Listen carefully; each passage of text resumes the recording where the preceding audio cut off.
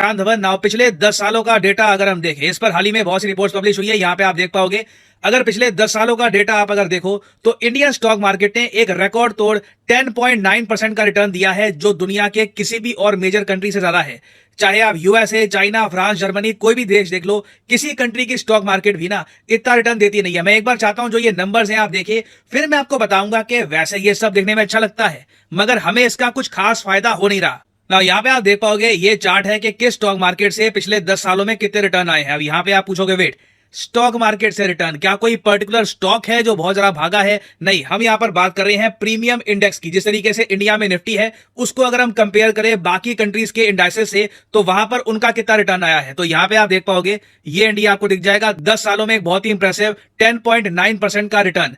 इसके कंपैरिजन में दुनिया के सारे देश फीके हैं। आप लिटरली कह सकते हो पिछले 10 सालों में Indian stock market is the king. बाकी कोई छोटा सा कोई देश है गुमनाम सा कहीं पर, उनकी स्टॉक मार्केट बहुत ज्यादा उड़ गई हो, मगर वहां पे कोई निवेश करता ही नहीं है, तो किसी को फायदा भी नहीं हुआ, उसकी हम बात नहीं कर रहे। हम यहां पर बात कर रहे हैं उन इकोनॉमीज की जहां पर सिग्निफिकेंटली इन्वेस्ट किया जाता है, दुनिया भर के इन्वेस्टर निवेश करते हैं। और आप नोट करिए, 10 सालों में आप अगर स्टॉक मार्केट की परफॉर्मेंस देखोगे तो यूएसए सिर्फ 6% पे है, चाइना आपको 2.7% दिखेगा। अब यहाँ पे आप यही पूछ सकते हैं कि ठीक है, इस सब का इंपैक्ट आम आदमी पे क्या होता है? देखिए, बहुत ही बड़ा इंपैक्ट होता है मिडिल क्लास पर, तो एक बहुत ही बड़ा इंपैक्ट आता है ना। ये है आपके सामने कंट्रीज और उनके यहां इन्फ्लेशन का नंबर, कि किस कंट्री में कितनी महंगाई दर आपको मिलेगी।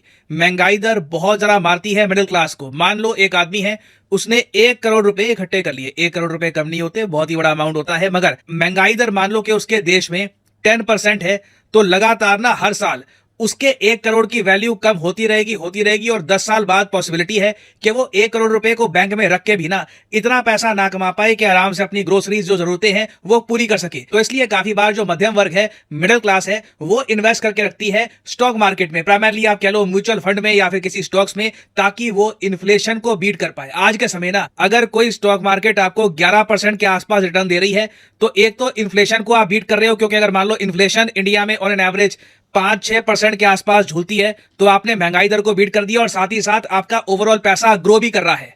और जो दुनिया में विकसित देश है, for example United states of America, United kingdom, even Canada, Germany, France, वहां पे आप देखोगे कि एटलीस्ट 30 से ऊपर जो परसेंटेज है पॉपुलेशन की, वो स्टॉक मार्केट में निवेश करती है ताकि वो लोग इन्फ्लेशन को बीट कर पाए।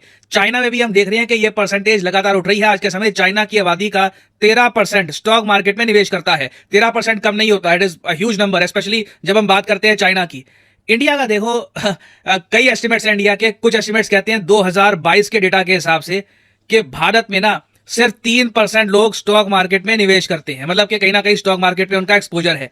बाकी देखो, कुछ आपको फॉरम्स में दिख जाएगा कि ये नंबर 4-5% के आसपास पहुंच चुका है, बट आप मैक्सिमम लगा के चलो ना, तो मुझे लगता नहीं है कि भारत में 7% से ऊपर आबादी अभी स्टॉक मार्केट में निवेश कर चुकी है। तो अपने आप में कितनी बड़ी ट्रेजेडी है, अपने आप में आप सोचकर देखिए कितनी अजीब बात है कि जो देश दुनिया में हाईएस्ट स्टॉक मार्केट रिटर्न दे रहा है, उसी कंट्री की एक बड़ी आबादी इसका फायदा नहीं उठा पा रही। हुआ पिछले 10 सालों में क्या है? अगेन यहाँ पे मैं ये नहीं कह रहा कि जी स्टॉक मार्केट में निवेश करना चाहिए या फिर आगे भी हम ऐसे ही ग्रो करेंगे, मैं उसकी कुछ गारंटी नहीं दे रहा, ना कुछ उसकी बात कर रहा हूं। मैं सिंपली ये बता रहा हूं कि हमारे देश में पिछले 10 सालों में हुआ क्या है। बाहर के निवेशक आए एफडीआई लेकर, इसके बारे में आपने काफी बार सुना होगा कि FDI, foreign direct investment secure करने के मामले में इंडिया दुनिया की तीसरी सबसे बढ़िया डेस्टिनेशन है। बहुत सारी एफडीआई, बिलियंस ऑफ डॉलर्स की। एक्चुअली आप अगर वर्ल्ड इन्वेस्टमेंट रिपोर्ट जो रिलीज करता है हर साल United Nations Conference on Trade and Development, UNCTAD, इनकी रिपोर्ट आप अगर पढ़ोगे ना, तो ये लोग तो कहते हैं कि 2022 में total 49.3 billion dollars, almost 50 billion dollar का जो एफडीआई है ये भारत में आया था। पिछले साल से आप अगर कंपेयर करो तो 10 साल की जंप लगी है, जबकि एशिया के बाकी देशों में कुछ निवेश नहीं हो रहा, आसियान कंट्रीज में कुछ निवेश नहीं हो रहा, इंडिया में कॉन्स्टेंटली निवेश किया जा रहा है। और इससे हो क्या रहा है? इन्वेस्टर्स का पैसा भी बन रहा है, but at the same point of time ये सब बेनिफिट इंडियन पब्लिक को नहीं मिला। मैं एक्चुअली यूट्यूब पे देख रहा था, पिछले 6-7 महीनों में कई वीडियोस बनाई है अमेरिकन ने कि इंडियन मार्केट में निवेश कैसे करना है। और जैसे जैसे भारत की जो स्टॉक मार्केट है ये मार्केट कैपिटलाइजेशन के मामले में रैंक और गेन करती रहती है। रिसेंटली आपको पता होगा, इस पर न्यूज आई थी कि मार्केट कैपिटलाइजेशन मतलब कि कितने लोगों ने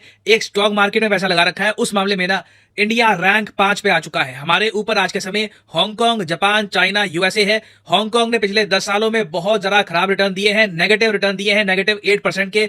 तो मैं सरप्राइज नहीं होऊंगा अगर आने वाले समय में बहुत सारे निवेशक हांगकांग से पैसा निकालकर और जगह इन्वेस्ट करते हैं तो इंडिया आराम से अभी रैंक 4, उसके अलावा फिर रैंक 3 के आसपास भी पहुंच जाएगा। तो इंडिया आराम से आने वाले समय में रैंक 4, रैंक 3 के आसपास भी पहुंच जाएगा and more foreign investors will invest in India. Question यही है कि इस सब का फायदा क्या बाहर के निवेशक ही उठाएंगे या फिर कहीं ना कहीं गवर्नमेंट भी एक अवेयरनेस जगाएगी या फिर आप कह लीजिए एक फाइनेंशियल एजुकेशन लोगों को दी जाएगी ताकि लोग भी, आम आदमी भी इंडिया की ग्रोइंग इकोनॉमी का फायदा उठा पाए, क्योंकि अभी के लिए बहुत ही एक छोटा सा सेक्शन है इंडियन पॉपुलेशन का जो एक्चुअली में इसका कुछ बेनिफिट उठा पा रहा है। और फाइनली यहाँ पे मैं आप सब लोगों से क्वेश्चन पूछूंगा जिसका आंसर आप लोग करोगे कमेंट सेक्शन में। क्वेश्चन यहाँ पर यह है कि प्रज्ञान रोवर जो है चंद्रयान 3 मिशन का, इसने हाल ही में इनमें से किस चीज की प्रेजेंस कंफर्म कर दी है मून के सरफेस पर? यह है यहाँ पे आपकी ऑप्शंस, ऑक्सीजन, सल्फर, सोडियम या फिर क्लोरीन। कमेंट सेक्शन में करिए उत्तर। जो लोग सही आंसर करेंगे उनकी कमेंट को मैं हार्ट दे दूंगा ताकि बाकी लोग समझ पाए कि सही उत्तर क्या है।